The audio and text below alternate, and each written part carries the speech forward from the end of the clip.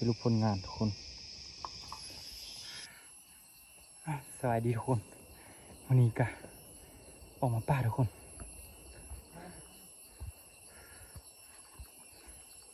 เป้าหมายมันนี่ก็ออกมาเล่าป่านะทุกคนเนาะไม่ได้เข้าป่ารถนะทุกคนวันนี้ก็ออกมาเบิ่งต้นมากเนาะ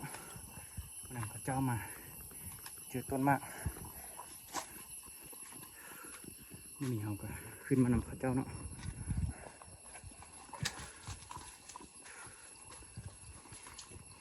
โอ้เมื่อยละทุกคนขึ้นภูเนาะ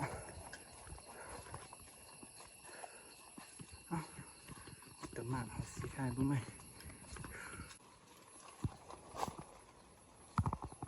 โอ้ทุกคนเลยพอดีขึ้นมาฮอดต้นมากได้เฮ็ดบอนหนังแล้วก็เจอฝนพ้นมาทุกคนได้เฮ็ดบางใส่โอ้หมอกเต็มทุกคนโอ้จักยุ่งเลยนะนี่นกเขาก็บ่เห็นโอ้น่าได้กระยาติดตามนำกัน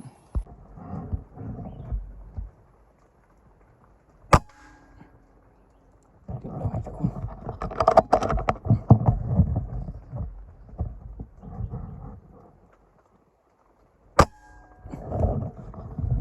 โบถึงทุกคน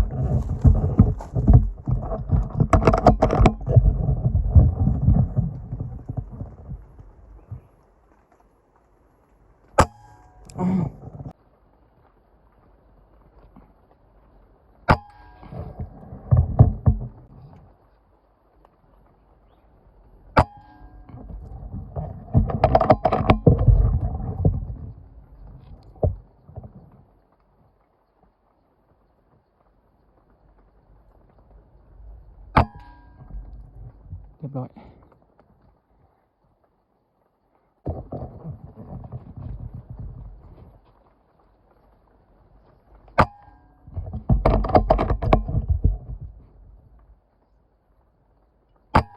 เรียบร้อย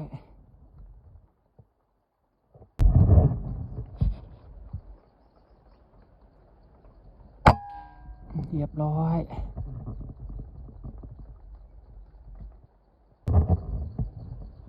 สูงพอทุกคนในงานนี่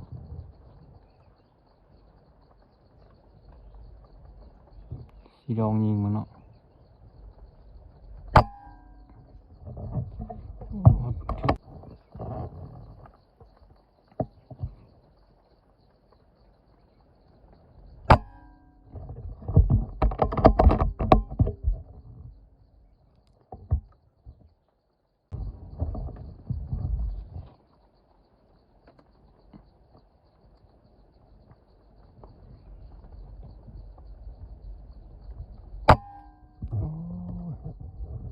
แม่เลือกเขาบอกถือหา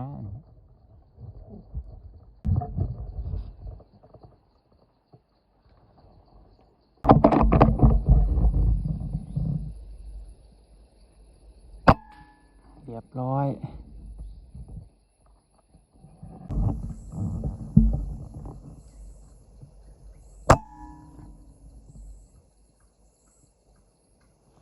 โอ้ยบ่ถึกทุกคนโอ้ยยอมเลยทุกคนมีนกแต่บ่เห็นนกเนาะทุกคนก็อยากยุ่งอยู่ได้หน่อย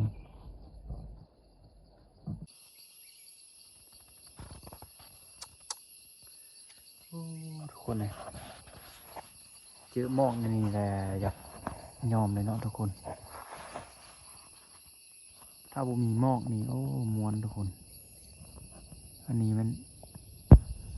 นกเข้ากะบ่เห็นเลยเนาะโอ้อยากยอมเลยเจอแบบนี้นี่ยุ่งเลยนกเขานี่กะบ่เห็นอีกเสียหลายเนาะมายามนี้อยากว่าหมอกหลายทุกคนโอ้จะเป็นต้นมากอย่างทุกคนจะเป็นต้นอย่างเนาะเป็นมากแล้วก็ต้นมังไฮกับบ่แม่นเป็นมากเดืองๆเนี่ยเนาะเดี๋ยว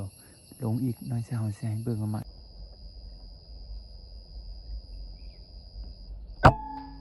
เรียบร้อย มันเข้าร้ายอยู่แต่ว่าบ่อยากเห็นมัน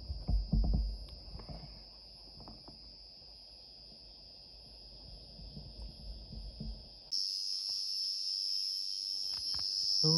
เจอหมอกอันนี้แล้วยอมแล้วเบิ่งหมอกได้ไหมนกเข้านี่บ่เห็นเลยทุกคนโอ้เสียดายไปเบิ่งทีมงานก่อนกำลังเฮ็ดแนวกินข้าวนะปิ้งนก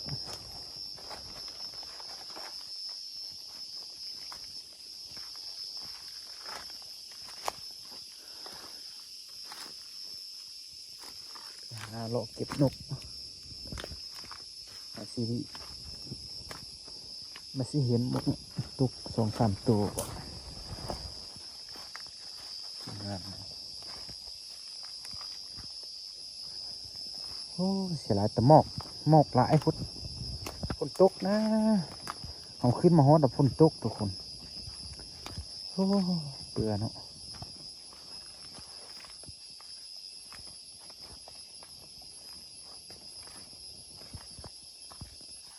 ตอนนี้ก็ทีมงานคนหนึ่งก็เต้งเฮ็ดแนวกินข้าวโอ้เสียหลายเนาะ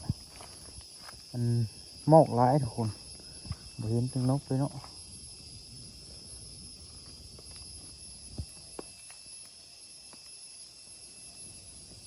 นกบุตกเลยวะ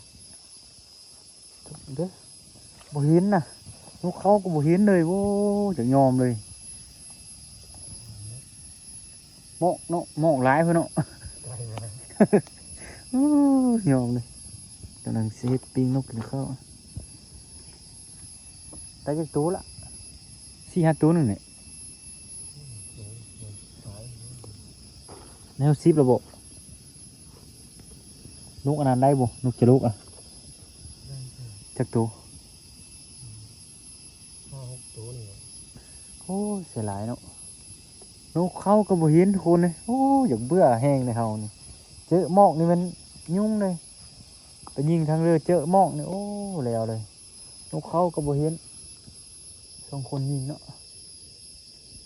นกมันเข้าอยู่แต่โอ้ยบ่อยากเห็นเนาะ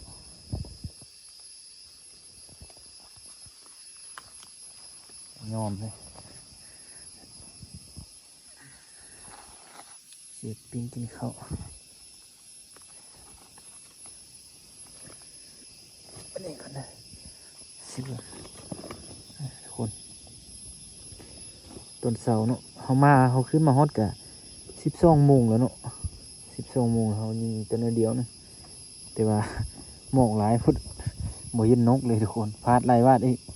เสียหลายเนาะ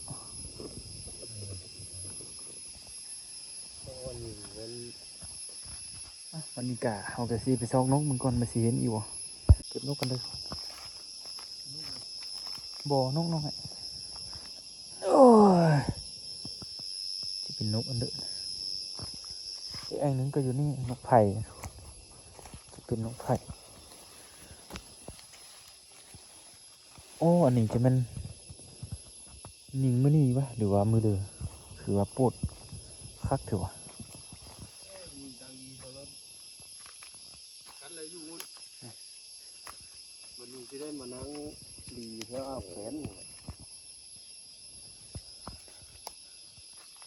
งานนี่นะยิงนกจะลกตกทรงตัวนึงนะนกจะลกนะอยู่แถวนี้แหละแถวบ่อนกงไผ่นี่บ้านเมืองกับซอกเลาะมึงแม่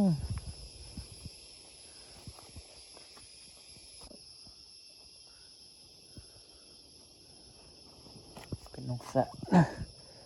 นกอ้อยตัวนี้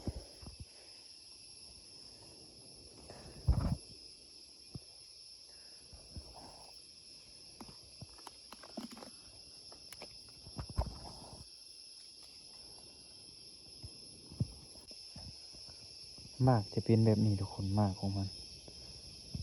จะเป็นมากเหลืองๆเนาะจะมันมากยังนกก็มักอยู่เลยทุกคนนกมันกินดีเนาะเข้าดีอยู่นกแต่เสียหลายฝนตก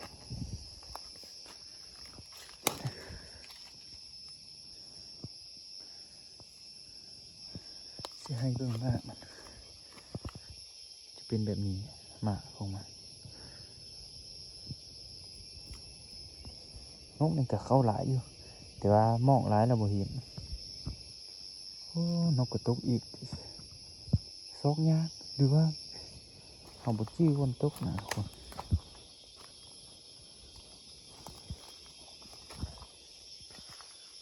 เป็นนกเขียวเนาะ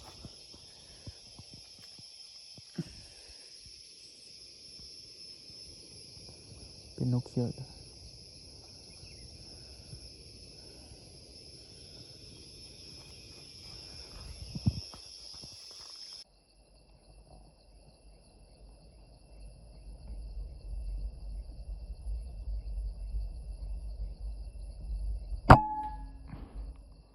เรียบร้อย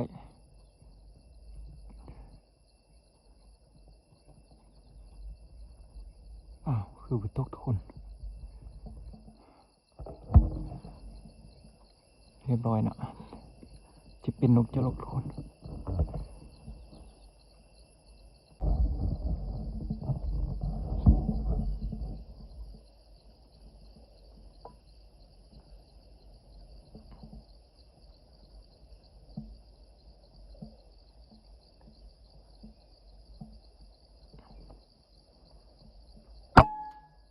เรียบร้อยนะทุกคนจะเป็นนกคนดกตัวนี้ว้ายมาขางอีกแล้วทุกคน2 ตัวละขาง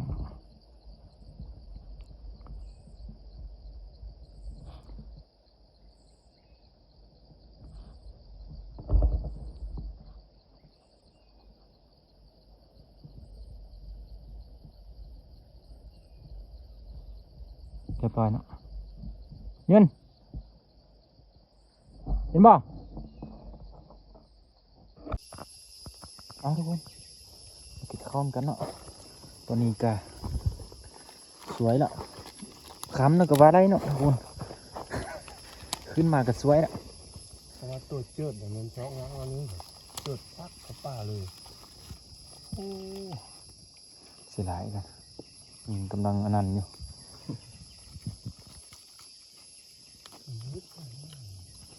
ผ้านี่บ่เป็นจืดจักหน่อยผ้านี่ ตรงนั้นเอาตัวใหม่แล้วนี่เลย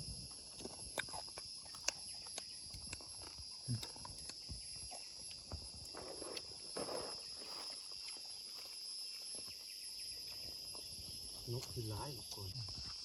ใส่นกพร้อมๆอันนั้นไม่ใช่ครับจริงอ่ะ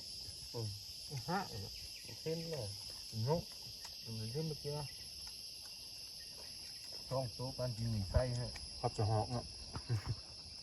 จัดที่มันก็แล้วเนี่ยที่มีไส้เนี่ยหอกห้าง2 ตัว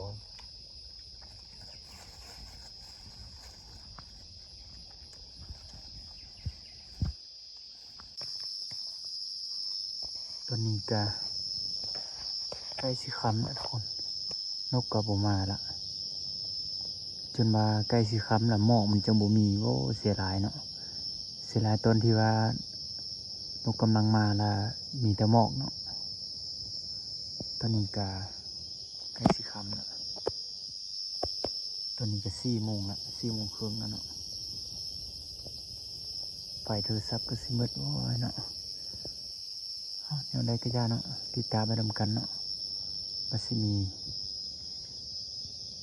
ตัวนกหมาอีกบ่กระหอกนี่น่าจะบ่มาละเพราะว่ามันเป็นบ่ทุกคน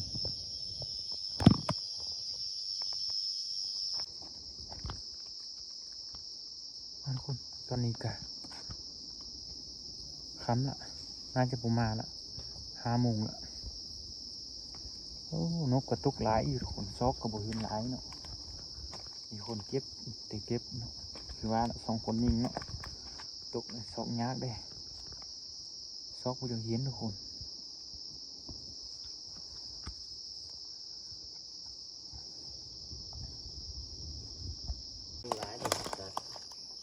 เบิ่งมากมันทุกคนบีบจะเป็นน้ำแบบนี้นะโอ้นกนี่ก็ มีแต่ซอกตัวเลยอันนั้นน่ะโอ้นกกระหินบ่หันน่ะบ่หินปะตัวหนึงตกตัวนี้อ่ะตัวหนึงหันน่ะบ่ทันหินเนาะนกจะลกก็บ่ทันได้เนาะนี่เนาะจะลกน้อยล่ะจังซี่ซอกมันคือว่าตัวเยอะนึงสิมาเบิ่งนกว่ามันสิได้บ่โอ้ทุกคนเลยบ่จักหมานบันเลยเนาะตัวนี้คนดกนะตัวนี้คือคนดกน้องฮอนคนดก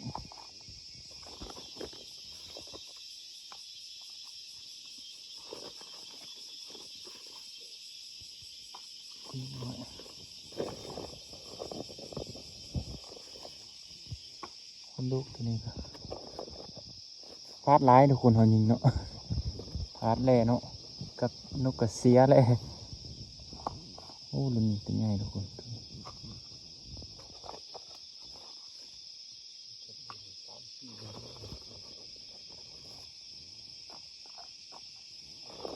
นกซาดนี่ตัวแรงโบเข้าเนาะตัวเจ้าเขาเนาะ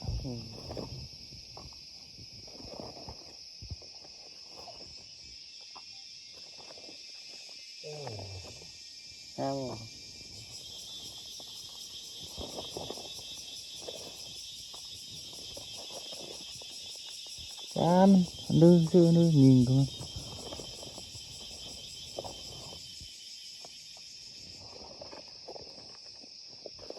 บาดผิดบาดถึกเป็นทหารเนี่ย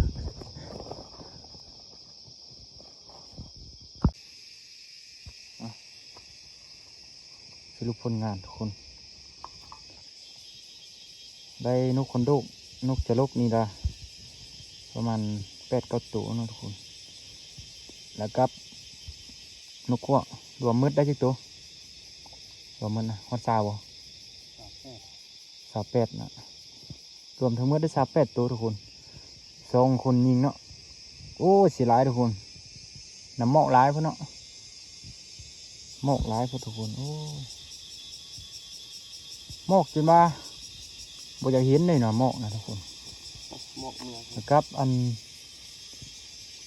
ยิงตอนเช้านะบ่อยากทึกมาฮอดก็สวยแล้วเนาะโอ้เสียดายเนาะมากก็ใกล้สิมืดอะมากก็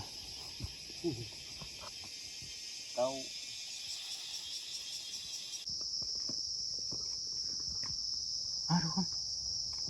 ตอนนี้ก็เลาะออกเมือทุกคนเลาะก็บ่ได้บ่เจอหยังเลยทุกคน